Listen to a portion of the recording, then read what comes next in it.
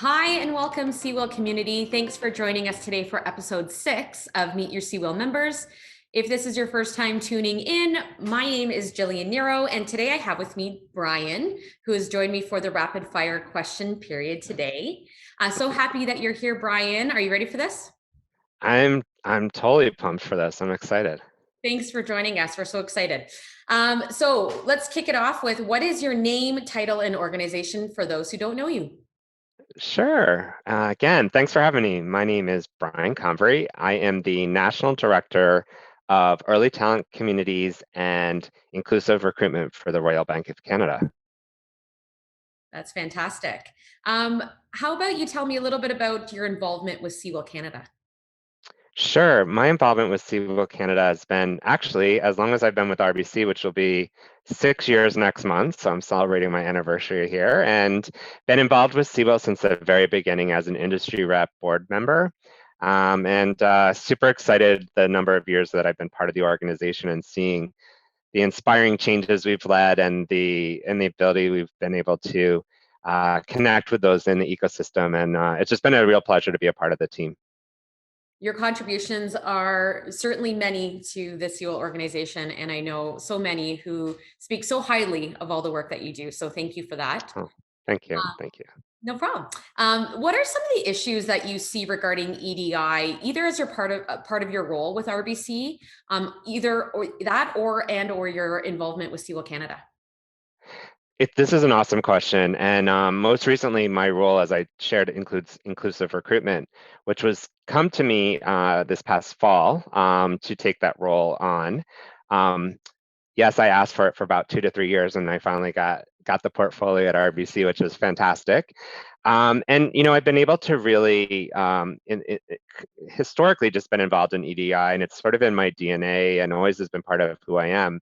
But now, actually focusing on it from a job perspective, and also trying to make impact. Your question's really good because I think there's a couple of things I think about. One is this past year has been really interesting and lots of things happening in the EDI space. George Floyd happened, other things happened, Black Lives Matter. We're seeing, anti-racism and hate and other diversity groups as well. And so one of my first reactions, or one of my first thoughts is when I see all these roles and positions and opportunities coming up for ED&I or DNI or DNI and B for belonging, I'm really hopeful and really going in with the mindset that I hope everyone's doing it for the right reasons. I think my first, I hope it's not a flash in the pan. It's not a reactionary sort of, let's do this, let's set up a department, let's add a person, let's hire a team, unless you're really going to activate it. And I think that's the real part that I focus on. And I think sometimes what I hear too is a number of people go to listening sessions and have conversations regarding information to help share and help advise and help, I guess, also give us insights into different areas, because we don't know what we don't know as an awareness perspective if we didn't grow up like a person's background, or in a certain situation as a less represented individual possibly. And so I really think that from the listening sessions, we need action. Mhm. And that's one of the biggest things I'm focusing on in my role at RBC is we are hosting a bunch of listening sessions starting with youth this month in the LGBTQ space, since it is Pride and I have my RBC Pride banner up. But it's going to go into persons with disabilities, Indigenous, and we're inviting students who identify with these groups to start to share their thoughts and listen. But the key thing is, if we need to action what we hear, and how do we actually do that? And I would also say, not just from an RBC perspective, but from an organizational perspective for anyone listening to this, same thing for you. Like, if you're listening to folks and you're taking that moment in time to reflect, also make sure that there's some activation or action that's associated with it. And same with CEWIL, as we've built that out as well. Yeah, that's really, I think that's a really important factor. I think you touched on a lot of really great things, and I hope it's okay, but I would encourage Sure. people members to reach out to you maybe if you're open to it. 100%. Continue, 100%. Yeah. because I know Yeah. the institution that I work for, there's a lot of work that's going on, and that's one of those themes that keep coming through is, if we're going to ask, we have to have a plan to act, and I think you're absolutely right with that, and that's And I fantastic. I would love to And I keep. have listened to those people that have done the listening sessions, and some of their feedback, not necessarily listening sessions with me specifically, but people I've asked, like, I'm going to do this. What do you think? And they're saying exactly what you just said. They're saying, well, I did one and then I didn't hear anything for 6 months now. I don't know if they did anything with what I said or they. So I think it's closing that loop. And even if you're saying we have a plan to do this, dot, dot, dot, dot, dot, then at least get back to them, Right. right, with that. Anyways, yeah, it's so important because you're asking for people's time. Time is precious, and these topics are super sensitive and also can be very just personal. So you need to make sure that you close that personal loop. Yeah, thanks for all of that. Um, Sure. this is going to seem a little bit trivial, moving on from that No, no, it's okay. answer question, but we do want to keep things light as well. And in the Light. spirit of summer and all this beautiful weather that we're having, and if you are located in Ontario, things are going to start opening up again. So, in spirit of summer, what is your favorite patio to visit, or have you visited a patio once in your life somewhere in a great spot that you would love to go back to? So I have to put in a plug for my friend's restaurant, Sabai Sabai, which is on Bloor Street, and it's Tapas Thai.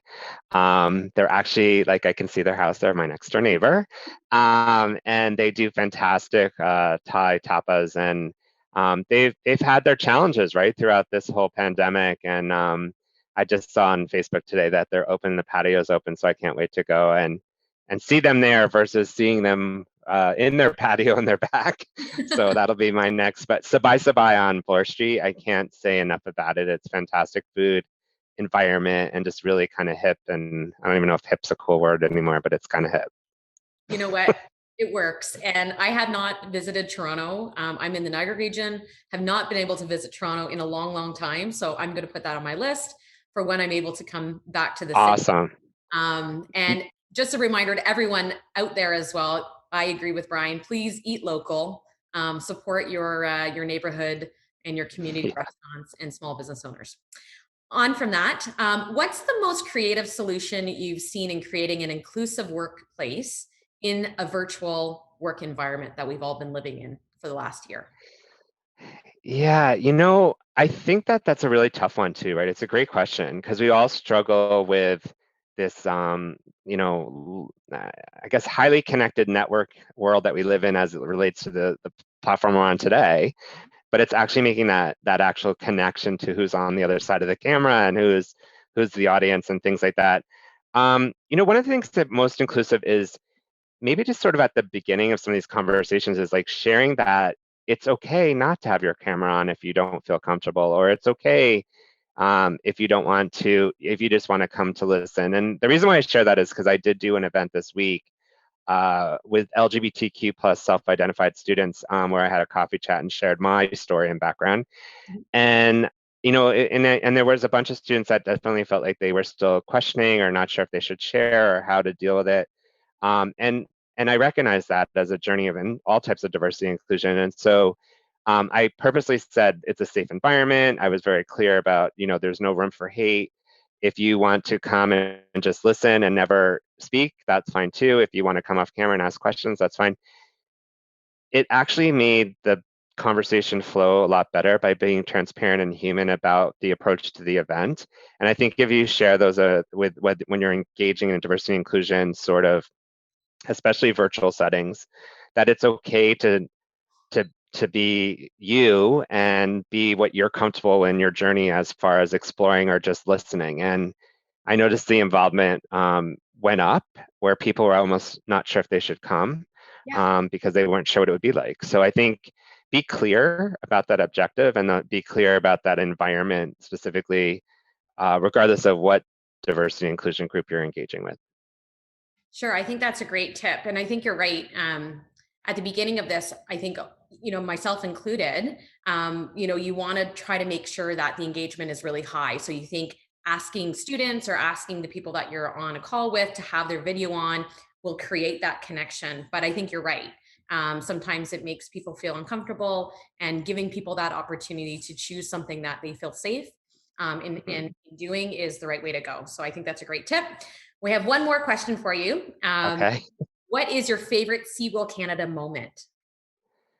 My favorite CEWIL Canada moment was honestly meeting the people and joining the team. When I first came to CEWIL, I knew it was an organization and a structure and an accrediting body of co-op for all these years, and I was really proud to join as the industry board rep who's been here, I guess, the longest or the only one who's the industry board rep, but still as of these days.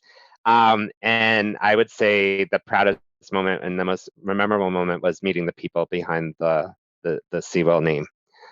Just an amazing group of people and just an amazing group of people to partner with. So much thought, so much innovation, and so much energy around trying to really, pave forward the right path for CEWIL and for work integrated learning. So Oh, thanks for that. I think CEWIL Canada has fostered a lot of great community and connections across Canada, which I think is fantastic.